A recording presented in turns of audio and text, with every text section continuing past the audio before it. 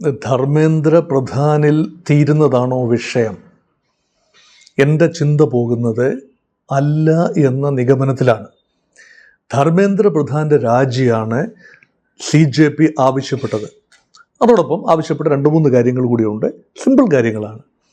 അതിൽ politically motivated എന്ന് പറയാവുന്നത് ധർമ്മേന്ദ്ര പ്രധാൻ എന്ന വിദ്യാഭ്യാസ മന്ത്രി രാജിയാണ്. കാരണം നീറ്റ് പരീക്ഷ ക്രമക്കേട്, CBSE പരീക്ഷയിലെ വലിയ രീതിയിലുള്ള ഈ ചോദ്യപേപ്പറുകൾ തെളിയാതിരുന്നു, ഉത്തരപേപ്പറുകൾ വേണ്ട രീതിയിൽ വാല്യൂ ചെയ്യപ്പെട്ടില്ല എന്ന നിഗമനം, അങ്ങനെയൊക്കെയുള്ള കാര്യങ്ങളിൽ സംവിധാനത്തിൻ്റെ വിശ്വാസ്യത തകർന്നു. അതുകൊണ്ട് അതിൻ്റെ തലപ്പത്തിരിക്കുന്ന മന്ത്രി ഔപചാരികമായി അതിൻ്റെ ധാർമ്മിക ഉത്തരവാദിത്വം ഏറ്റെടുത്തുകൊണ്ട് സ്വയം രാജിവെക്കുകയോ അല്ല എങ്കിൽ അദ്ദേഹത്തിൻ്റെ രാജി പ്രധാനമന്ത്രി എഴുതി വാങ്ങുകയോ ചെയ്യുക.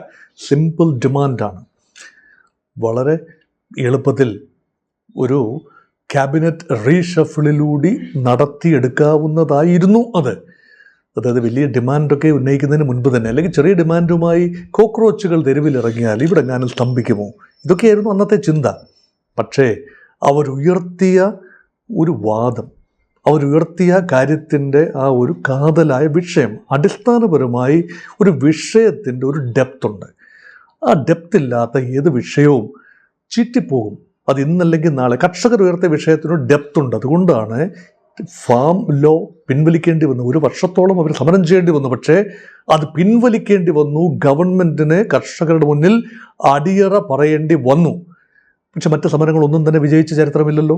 കേന്ദ്ര സർക്കാർ 2014 മുതൽ നാളിതുവരെ മിനിമം 5 പ്രാവശ്യമെങ്കിലും പൊതുജന പ്രക്ഷോഭത്തെ നേരിട്ടിട്ടുണ്ട്.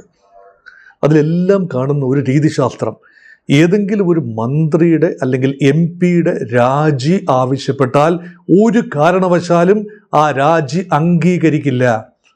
ഇത് 2015 തന്നെ അന്നത്തെ ഡിഫൻസ് മിനിസ്റ്റർ രാജ്നാഥ് സിംഗ് BJP-യുടെ ഒരു നിലപാടായി, ഒരു പ്രസ്താവനയായി പറഞ്ഞു, ഇത് UPA ഗവൺമെൻറ് അല്ല, ഇത് NDA ഗവൺമെൻറ് ആണ്. നിങ്ങൾക്ക് തോന്നിയതുപോലെ ഒരു മന്ത്രിയുടെ രാജി ചോദിക്കാനോ, ചോദിച്ചാൽ ഉടനെ തന്നെ ഞങ്ങൾ അങ്ങ് രാജിവെച്ച് മാറാനോ ഉദ്ദേശിക്കുന്നില്ല. ഞങ്ങൾ വേറെ ലെവലാണ്. ഇത് കളി വേറെയാണ്. ഇത് വീൺവാക്കാണ് എന്നൊക്കെ ആദ്യം ചിന്തിച്ചെങ്കിലും അങ്ങനെയൊക്കെ രാജിവെക്കാതിരിക്കാൻ പറ്റും. ഒരു മന്ത്രി മാത്രമാണ് പ്രത്യേക ഒരു കാരണവശാൽ പുറത്തു പോകേണ്ടി വന്നത്. മറ്റ് അഴിമതി ആരോപണങ്ങളിലോ അല്ല എങ്കിൽ ഘടുകാര്യസ്ഥത പറഞ്ഞുകൊണ്ടോ രാജി പ്രതിപക്ഷം ആവശ്യപ്പെട്ടുകൊണ്ടോ ഒരു മന്ത്രിയും നാളിതുവരെ രാജിവെച്ചിട്ടില്ല. അത് 12 വർഷത്തെ ട്രാക്ക് റെക്കോർഡാണ്. മോദി 1, മോദി 2.0, മോദി 3.0 ഇപ്പോൾ പോകുന്നു. 12 വർഷമായി. ഇപ്പം ഇത്രയും കാലം പുലർത്തിയിരുന്ന ഒരു രീതിശാസ്ത്രം എന്താണ്? പ്രശ്നങ്ങളുണ്ടാവാം, അതിന് പരിഹാരങ്ങളാണ് വേണ്ടത്. അതിന് മന്ത്രി രാജിവെച്ചത് കൊണ്ട് ഇവിടുത്തെ നീറ്റ് സമ്പ്രദായം അത് മാറുമോ? ഇല്ലല്ലോ. മന്ത്രി മാറി വന്നാലും ഇവിടെ ഒരു ഉദ്യോഗസ്ഥ തലത്തിലെ ഒരു അഴിമതിയുണ്ട്, കെടുകാര്യസ്ഥിതിയുണ്ട്, മുൻ ഗവൺമെൻറ്റുകളുടെ കാര്യത്തിലുമുണ്ട്, ഇപ്പോഴുമുണ്ട്. ഇതായിരുന്നു ഗവൺമെൻറ്റിൻ്റെ ഒരു ജസ്റ്റിഫിക്കേഷൻ. പക്ഷേ അങ്ങനെയല്ല ഇപ്പോൾ അതിനെ കാണേണ്ടത്. ഒരു രാജ്യത്തിൻ്റെ ജനത സംസാരിച്ചിരിക്കുന്നു. യുവത്വമാണ് ജനത, ജെൻസി തലമുറ സംസാരിച്ചിരിക്കുന്നു. ഇപ്പോൾ 15 വയസ്സിനും 30 വയസ്സിനും ഇടയിലുള്ള ഒരു തലമുറയാണിപ്പോൾ ജെൻ സി എന്ന് പറയാവുന്ന ഒരു തലമുറ. അതിനുശേഷം ജെൻ ആൽഫ, ബീറ്റ തലമുറകൾ വരുന്നു, അവരുടെ കാലവും വരുന്നു. അപ്പോൾ ഈ വാട്സപ്പ് തലമുറ എന്നൊക്കെ പറയുന്ന മുൻ തലമുറ, അവിടെയാണല്ലോ ഒരു ഡിജിറ്റൽ യുഗത്തിലേക്കുള്ള, അനലോഗ് യുഗത്തിൽ നിന്നും ഡിജിറ്റൽ യുഗത്തിലേക്കുള്ള ട്രാൻസ്ഫോർമേഷനിൽ വന്നതാണ് ഈ മില്ലീനിയൽസ് എന്നൊക്കെ പറയുന്ന തലമുറ. അവരൊക്കെയാണ് വാട്സപ്പിലും ഫേസ്ബുക്കിലുമൊക്കെ അഭിരമിച്ച ഒരു തലമുറ. അപ്പോൾ അതൊക്കെ എങ്ങനെ ഗവൺമെൻറ് അനുകൂല പ്രചരണത്തിനുള്ള വേദിയാക്കി മാറ്റാം, ഘടനകളെ എങ്ങനെ മാറ്റാം, വാട്സപ്പ് ഗ്രൂപ്പുകളിലൂടെ എങ്ങനെ റീച്ച് ഔട്ട് ചെയ്യാം, ഇതൊക്കെയായിരുന്നു ലീഡിംഗ് പൊളിറ്റിക്കൽ പാർട്ടീസ് നടത്തിയ പരീക്ഷണങ്ങൾ. BJP അത് ഭംഗിയായി നടത്തി. സംഘ്പരിവാറിന് തീർച്ചയായും ആ കാര്യത്തിൽ കോൺഗ്രസിനേക്കാളും റീജിയണൽ പാർട്ടീസിനേക്കാളും മേൽക്കൈ ഉണ്ടായി. അതാണ് വാട്സപ്പ് ജനറേഷൻ എന്നുള്ളതോട് ഞാൻ ഉദ്ദേശിച്ചത്. പക്ഷേ ഇതിപ്പം ഇൻസ്റ്റാ ജനറേഷനാണ്. ഇൻസ്റ്റഗ്രാമാണ് താരം. അപ്പം ഇൻസ്റ്റഗ്രാമിൽ നൊടിയിടയിൽ 22 മില്യൺ ഫോളോവേഴ്സ് വരികയാണ്. ഇപ്പം 2-2.5 കോടി, കേരളത്തിൻ്റെ ജനസംഖ്യയോളം ഒക്കെ ഒരു നമ്പർ വിദ്യാർത്ഥികൾ, കൊച്ചു കുട്ടികളാണ് അവരെല്ലാം തന്നെ. അവരാരും കൂടുതൽ പ്രായമുള്ളവരല്ല. ഇൻസ്റ്റഗ്രാം ഉപയോഗിക്കുന്ന ആളുകൾ എല്ലാ പ്രായത്തിലുള്ളവരും ഉപയോഗിക്കുന്നുവെങ്കിലും കൂടുതൽ ജെൻസിയുടെ ഒരു ആശയവിനിമയ ഉപാധിയാണ് ഇൻസ്റ്റ. എന്ന് പറയണം. പല പ്രായമുള്ളവർക്കും ഫേസ്ബുക്കിൽ നിൽക്കുന്നതേ ഉള്ളൂ. അവർ വാട്സപ്പും ഫേസ്ബുക്കും യൂട്യൂബും ഒക്കെയാണ് അവരുടെ ഒരു കേളി മേഖല. പക്ഷേ ഇൻസ്റ്റഗ്രാം ജനറേഷൻ എന്ന് പറയുമ്പോൾ അവർ ഭയരഹിതരായ ഒരു ജനറേഷനാണ്. ഞങ്ങളെ തല്ലിക്കോളൂ എന്നാണ് പറയുന്നത്. ഇപ്പോൾ മുൻ തലമുറ കുറേയൊക്കെ ഭയമുണ്ടായിരുന്നു. ഒരു ലിബറൽ ഡെമോക്രസിയുടെ സ്വതസിദ്ധമായ ചില ഭയാശങ്കകൾ, ഒരു പരിധിയിൽ കൂടുതൽ നമുക്ക് പോകാനാവില്ല, കോൺസ്റ്റിറ്റ്യൂഷണൽ ഗവൺമെൻറ്റാണ്, തങ്ങളെ അടിച്ചമർത്തും, തങ്ങളുടെ പ്രക്ഷോഭങ്ങൾക്ക് ഒരു രീതിയിലും ഒരു ലിമിറ്റിൽ കൂടുതൽ നമുക്ക് നിയമം കയ്യിലെടുത്ത് മുന്നോട്ട് പോകാനാവില്ല എന്ന സ്വയം നിയന്ത്രണ ബോധമുണ്ടായിരുന്ന ഒരു തലമുറയാണ് ഒരുപക്ഷെ തൊട്ട് മുൻപ് പ്രക്ഷോഭങ്ങൾ നയിച്ചത്. പക്ഷേ Cockroach Janata Party is different. It's not a party. First of all it's not a party. ഒരു പാർട്ടിയല്ല, ഇതൊരു സാമൂഹിക മാധ്യമ കൂട്ടായ്മയാണ്. മുഖമില്ല. അഭിജിത് ദീപ്കയുടെയോ അല്ലെങ്കിൽ ഏതാനും പേരുടെ വക്താക്കളുടെ മുഖമല്ലാതെ കാര്യമായ മുഖം കാണുന്നില്ല. ഓർഗനൈസേഷൻ സ്ട്രക്ചറിനെ കുറിച്ച് നമുക്ക് വലിയ വിവരമില്ല. അങ്ങനെയുള്ള ആളുകൾ ഇപ്പോൾ പറയുന്നു ചർച്ച നടത്താൻ തങ്ങൾ സന്നദ്ധരാണെന്ന് ഗവൺമെൻറ് പറഞ്ഞു വരുമ്പോൾ പറയുന്നു ചർച്ച നമുക്ക് നടത്താം, പക്ഷെ ഞങ്ങളെ തല്ലിച്ചതച്ചതിന് പരിഹാരമുണ്ടാക്കണം. പിന്നെ നിങ്ങൾ പറയുന്ന മന്ത്രാലയത്തിൽ വന്ന് ചർച്ച ചെയ്യാൻ ഞങ്ങളുടെ പട്ടി വരും എന്ന രീതിയിലാണ് പറയുന്നത്. ഞങ്ങൾ വരില്ല. നിങ്ങൾ നിർദ്ദേശിക്കുന്ന സ്ഥലത്ത്, നിങ്ങൾ പറയുന്ന സ്ഥലത്ത് വന്ന് നിങ്ങളുടെ മുന്നിൽ കുമ്പിട്ടിരുന്ന് നിങ്ങൾ പറയുന്ന ഇടത്ത് ഒപ്പിട്ട് തരാൻ ഞങ്ങൾ തയ്യാറല്ല എന്നാണ് ജെൻ സി പ്രക്ഷോഭകാരികൾ പറയുന്നത്. വേറെ DNA ആണ്, വേറെ ലെവലാണ്. അതാണ് പറയുന്നത്. ഈ ഇൻസ്റ്റ ജനറേഷൻ ഭയരഹിതരായ ഒരു തലമുറയാണ്. ഈ തലമുറയെ കൺട്രോൾ ചെയ്യാൻ ബുദ്ധിമുട്ടാണ്. ഇത് മനസ്സിലാക്കാൻ BJPക്കോ സംഘപരിവാറിനോ കഴിഞ്ഞില്ല. പരമ്പരാഗതമായ രാഷ്ട്രീയ ചാണക്യ ബുദ്ധിയുള്ള ആളുകളാണ് പ്രധാനമന്ത്രി ശ്രീ നരേന്ദ്രമോദിയും ആഭ്യന്തരമന്ത്രി ശ്രീ അമിത്ഷായും ഒക്കെ. അത് അവരുടേതായ ഒരു തന്ത്രപരമായ മികവുണ്ട്. പക്ഷേ ജെൻസി ഒരു പാർട്ടിയുമായും അറ്റാച്ച്ഡ് അല്ല. ഈ ജെൻസിയുടെ വികാരം, മുൻ തലമുറയിലൊക്കെ ഈ പുതിയ കുട്ടികളുടെയൊക്കെ വികാരം BJPക്ക് അനുകൂലമായിരുന്നു. അവരൊക്കെ കോൺഗ്രസിസം അങ്ങ് വെറുത്തുപോയി. പ്രാദേശിക കക്ഷികൾ, കോൺഗ്രസ് എല്ലാം അഴിമതിക്കാരാണ്, സ്വജനപക്ഷപാതികളാണ്. ഒരു വ്യത്യസ്തതയില്ലാത്ത രാഷ്ട്രീയമാണ് കോൺഗ്രസും പ്രാദേശിക കക്ഷികൾ മുന്നോട്ട് വയ്ക്കുന്നത്. ആ രാഷ്ട്രീയത്തിൽ മനം മടുത്താണ് അവർ BJPയിൽ പ്രതീക്ഷ വെച്ചത്. BJPയിലല്ല പ്രതീക്ഷ, നരേന്ദ്രമോദി ഫാക്ടർ ട്രെൻഡിങ് ആയിരുന്നു.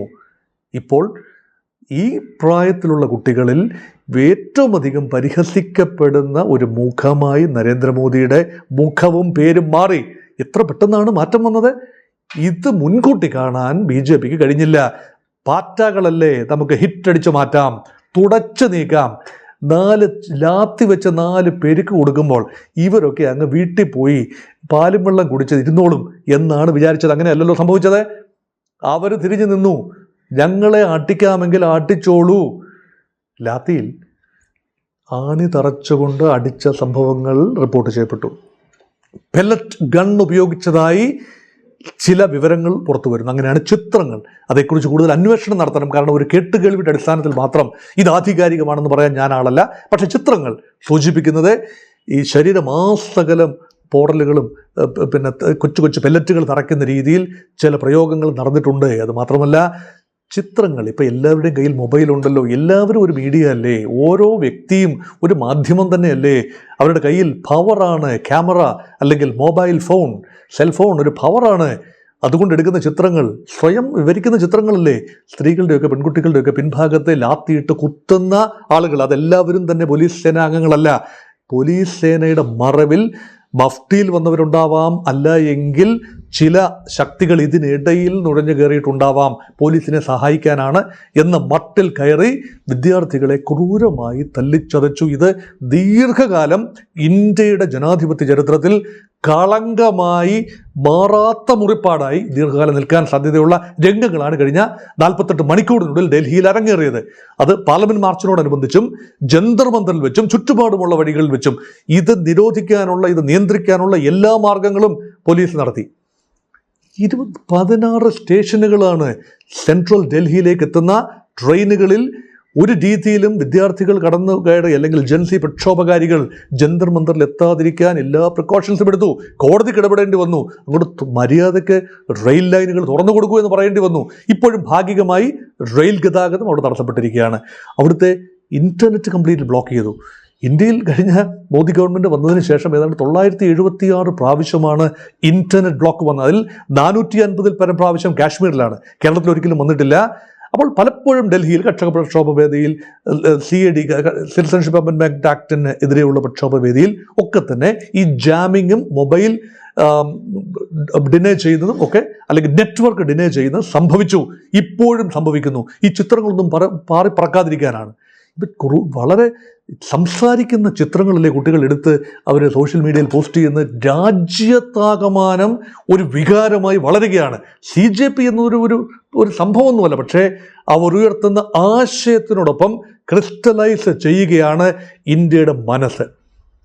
ഇതാണ് ഗൗരവമായി പരിഗണിക്കേണ്ട വിഷയം. അതുകൊണ്ടാണ് ചർച്ചയ്ക്ക് തങ്ങൾ ആഗ്രഹിക്കുന്ന സ്ഥലത്ത് ഗവൺമെൻറ് വന്ന് ചർച്ച ചെയ്യാൻ. ചർച്ചയ്ക്ക് 2 കാര്യങ്ങളാണ് ഗവൺമെൻറ് പറയുന്നത്. 2 കാര്യങ്ങൾ തരാമെന്നാണ് പറയുന്നത്. ധർമ്മേന്ദ്ര പ്രധാൻ്റെ രാജി ഒഴിച്ചുള്ള 2 കാര്യങ്ങൾ. അതെന്തൊക്കെയാണ്? അതിൽ ഒന്ന്, റീവാമ്പ് ചെയ്യുക, എക്സാം സംവിധാനം, ഫസ്റ്റ് ട്രാക്ക് കോടതികളിലൂടെ കേസുകളെല്ലാം പെട്ടെന്ന് തീർപ്പാക്കുക. 2, ഇതിന് പുതിയ നിയമനിർമ്മാണങ്ങൾ ഉണ്ടാവുക. റാഡിക്കൽ ലെജിസ്ലേഷൻസിലൂടെ പഴുതുകളറ്റ ഒരു സംവിധാനവും കർശനമായ ശിക്ഷാവിധികളും, പരീക്ഷാ ക്രമക്കേടുകൾ നടത്തുന്നവർക്കെതിരെയുള്ള ശിക്ഷാവിധികൾ. ഇത് ലോങ് ടേം പ്രയോജനം ഉണ്ടാകേണ്ടതാണ്. നല്ലത്, ഞാനതിനെ സ്വാഗതം ചെയ്യുന്ന ഒരാളാണ്. നല്ലത് ആര് ചെയ്താലും സ്വാഗതം ചെയ്യുന്നു. പക്ഷേ ധർമ്മേന്ദ്ര പ്രധാൻ്റെ രാജ്യമാണല്ലോ ചോദിക്കുന്നത്. അത് ഇപ്പോൾ അത് നൽകാനാവുമോ?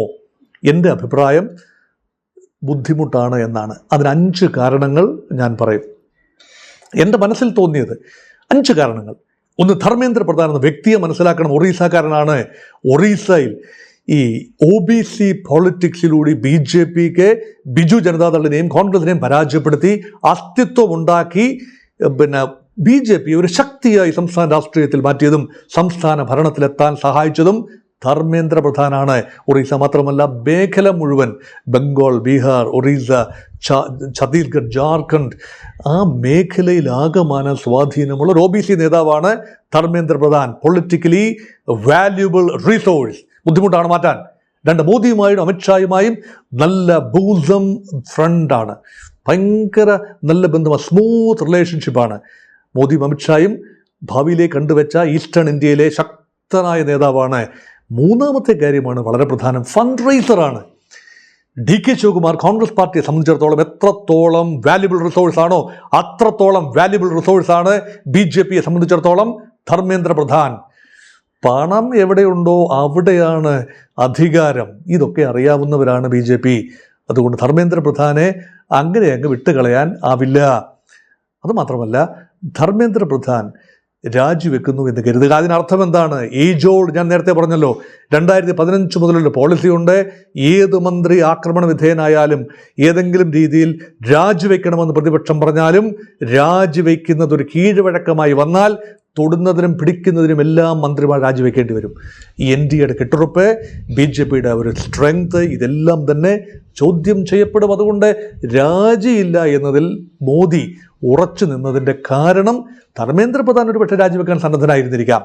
പക്ഷേ രാജി അദ്ദേഹത്തിൻ്റെ തീരുമാനമല്ല, പ്രധാനമന്ത്രി നരേന്ദ്രമോദിയുടെ, ആഭ്യന്തരമന്ത്രി തന്ത്രജ്ഞനായ അമിത്ഷായുടെ തീരുമാനമാണ്. ആ തീരുമാനം എടുക്കാനുള്ള സമയമായിട്ടില്ല.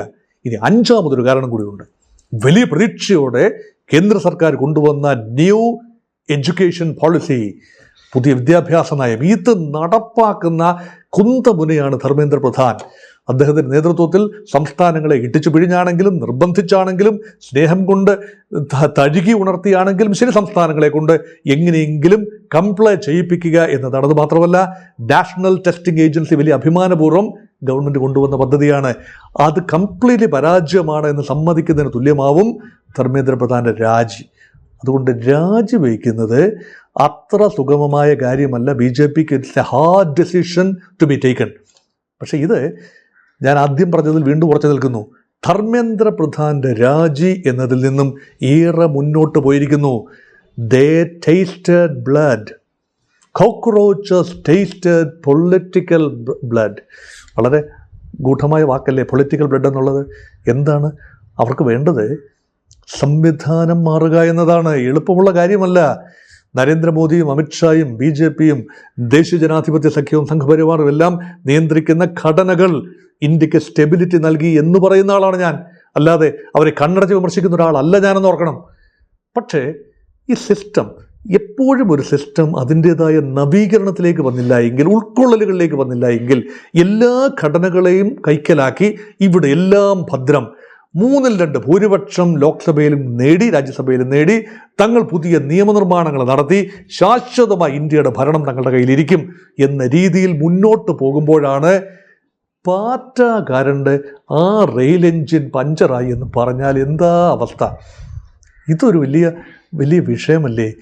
പാറ്റ കറണ്ട് പോയി എന്ന് പറയാനാവുമ്പോൾ ഒരിക്കൽ പോലും ഈ പാറ്റ എന്ന ഒരു സങ്കല്പത്തെ അല്ലെങ്കിൽ ജെൻസിയുടെ ശക്തിയെ കണ്ടിട്ടില്ല, BJP കണ്ടിട്ടില്ല. BJP അവരെ ഉപയോഗിച്ചിട്ടേ ഉള്ളൂ. ജെൻസിയുടെ ശക്തിയിൽ ഏറിയാണ് 2014-ലെയും 2019-ലെയും 2026-ലെയും 2024-ലെയും തെരഞ്ഞെടുപ്പിൽ BJPക്ക് ജയിച്ചു വരാൻ കഴിഞ്ഞ ദേശീയ ജനാധിപത്യം ഗവൺമെൻറ് ഉണ്ടാക്കുന്നതും മോദി പ്രധാനമന്ത്രിയായിരിക്കുന്നതും ഇതേ ജെൻസിയുടെ പൂർണ്ണരൂപം അവരുടെ കലവറയില്ലാത്ത പിന്തുണയാണ്.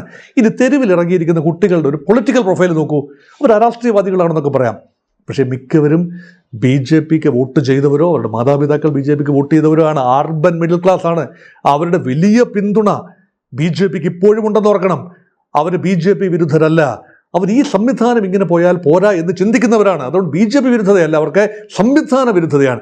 അതിൽ തങ്ങൾ സ്നേഹിച്ച, തങ്ങൾ വോട്ട് ചെയ്ത, തങ്ങൾ എത്തിച്ച മോദി സർക്കാർ തങ്ങൾ ന്യായമായ ഒരു ആവശ്യം പറഞ്ഞു, അതിനോട് മുഖം തിരിഞ്ഞു വന്നു. അതിനുള്ള കാട്ടക്കലിപ്പിലാണ് കുട്ടികൾ. അതുകൊണ്ട് ജെൻസിയുടെ വികാരം നടപ്പെട്ടിരിക്കുന്നു. സ്വാഭാവികമായി വൻതോതിലാണ് സപ്പോർട്ട് ഒഴുകി വരുന്നത്. ഇത് നല്ല അവസരമായി കണ്ടുകൊണ്ട് കോൺഗ്രസ് ആ ബാൻഡ് വാഗണിൽ ചാടിക്കേറി, മറ്റ് പ്രതിപക്ഷ കക്ഷികളിൽ ചാടിക്കേറുന്നു. രാജ്യത്താകമാനമുള്ള ജനങ്ങൾ അവരെ സ്നേഹിച്ചു തുടങ്ങിയിരിക്കുന്നു. പാറ്റകളെ സ്നേഹിച്ചു ഒരു വാത്സല്യം തോന്നുകയാണ് ജനങ്ങൾക്ക്. അതുകൊണ്ടാണ് അവർ പേരില്ലാതെ ഭക്ഷണപ്പൊതികൾ അയച്ചു കൊടുക്കുകയാണ്, അല്ലേ? സ്വിഗ്ഗി, സൊമാറ്റോ, മറ്റ് ആഹാരപ്പൊതികൾ, ഒന്നിനും ഒരു കുറവുമില്ല ഇവിടെ.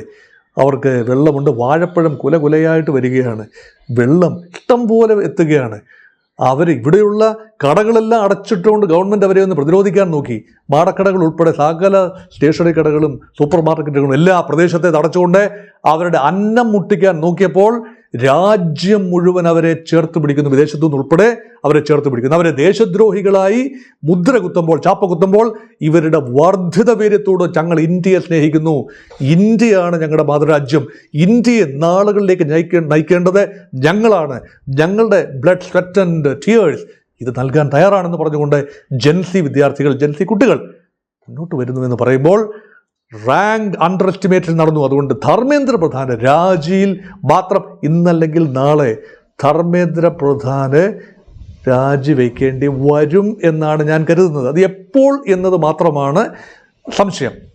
അതുകൊണ്ട് ദയവായി പ്രേക്ഷകരാരും പറയരുത് നാളെ മോഹൻ വർഗീസ് പറഞ്ഞു ധർമ്മേന്ദ്ര പ്രധാൻ രാജിവെക്കും, ഇപ്പോഴും അദ്ദേഹം തുടരുന്നുവല്ലോ എന്ന് പറയുക എന്നതല്ല ഇതിൻ്റെ ഉദ്ദേശം. ഈ രാജി സംഭവിച്ചില്ല എങ്കിൽ ഈ പ്രക്ഷോഭത്തെ പിടിച്ചു കെട്ടാനാവില്ല, മർദ്ദിച്ചൊതുക്കാനാവില്ല എന്ന് ഇപ്പോൾ തന്നെ തെളിഞ്ഞു. ഇത് രാജ്യത്താകമാനം വ്യാപിക്കുന്നതിന്, ഒരു പ്ലേഗായി വ്യാപിക്കുന്നത്, എനിക്ക് ഭയാശങ്കകളുണ്ട്. ഞാൻ പറയുന്നൊരു പ്ലേഗായി ബാധിക്കും. ഡൽഹിയിൽ മാത്രമായി ഒതുങ്ങി നിന്നാൽ സാരമില്ല എന്ന് പറയും, പക്ഷേ രാജ്യത്താകമാനം പ്ലേഗായി ബാധിച്ചാൽ ഇന്ത്യയെ തകർക്കാൻ കച്ചകെട്ടി ഇറങ്ങുന്ന ഛിദ്രശക്തികൾ ഇവരുടെ ഇടയിലേക്ക് നുഴഞ്ഞ് കയറിയാൽ സാഹചര്യം എന്തായിരിക്കും? ബംഗ്ലാദേശിലും നേപ്പാളിലും സംഭവിച്ചത് തന്നെ ഇന്ത്യയിൽ സംഭവിക്കണമെന്നില്ല, പക്ഷേ അതിനുള്ള സാധ്യതയുണ്ട്. എത്രയോ ഹൂളിഗൻ ലംപൻ എലമെന്റ്സ് ഈ പ്രക്ഷോഭത്തിനിടയിൽ കടന്നുകൂടി വേണ്ടാത്ത കാര്യങ്ങൾ മുദ്രാവാക്യമായിട്ട് വിളിക്കില്ല. ആർട്ടിക്കിൾ 370 ഇവിടെ എന്ത് കാര്യം? ജമ്മു ആൻഡ് കാശ്മീർ വിഷയം ഇവിടെ ഉന്നയിക്കേണ്ട കാര്യമില്ല, അത് വേറെ വിഷയമാണ്, വേറെ ടേക്കപ്പ് ചെയ്യേണ്ട വിഷയമാണ്. പക്ഷേ ഇതിനിടയിലല്ല കൊണ്ടുവരേണ്ടത്. അല്ലെങ്കിൽ ചില തീവ്രവാദ ബന്ധമുള്ള ചില വിട്ടയക്കണമെന്ന പ്ലക്കാർഡുകൾ ഏതെങ്കിലും ഒരുത്തൻ ഉയർത്തി ഉടനെ പറയുകയാണ് രാജ്യവിരുദ്ധതയാണ്. ഇങ്ങനെയുള്ളതിനെ ഈ നുഴഞ്ഞുകയറ്റക്കാരെ തടയാനാവുമ്പോൾ ബുദ്ധിമുട്ടാണ്. അതുകൊണ്ട് രാജ്യം ശിഥിലീകരിക്കാൻ നമ്മൾ ഇടവരുത്തരുത്. ഗവൺമെൻറ് ആരും ആയിക്കൊള്ളട്ടെ, മോദി ആയിക്കൊള്ളട്ടെ, മറ്റാരെങ്കിലും ആയിക്കൊള്ളട്ടെ, ഗവൺമെൻറ് പൂർണ്ണമായി അസ്ഥിരമാകുന്ന രീതിയിൽ രാജ്യവ്യാപകമായി ഈ പ്രതിഷേധം വ്യാപിക്കാതിരിക്കാൻ ഒരു കരുവിനെ, ഒരു വെള്ളക്കരുവിനെ, ഒരു കാലാളിനെ, ധർമ്മേന്ദ്ര പ്രധാൻ എന്ന കാലാളിനെ കുരുതി കൊടുത്തുകൊണ്ട് സിംഹാസനം രക്ഷിക്കുകയാണ് ബുദ്ധി. ചതുരംഗ പലക തന്നെ രക്ഷിച്ചെടുക്കുകയാണ് ബുദ്ധി. അല്ലാതെ ഈ ചതുരംഗ കളിയിൽ തങ്ങൾ ഒരു കാലാളിനെ പോലും കുരുതി കൊടുക്കില്ല, തങ്ങൾക്കിത് കുരുതി കൊടുക്കാതെ ജയിക്കാൻ അറിയാം എന്നാണ് എങ്കിൽ വിഡ്ഢികളുടെ സ്വർഗത്തിലായിരിക്കും ഗവൺമെൻറ് ഓഫ് ഇന്ത്യ. അതുകൊണ്ട് സുബോധമുണ്ടാവട്ടെ, ഗവൺമെൻറ് ഓഫ് ഇന്ത്യക്ക് സുബോധമുണ്ടാവട്ടെ.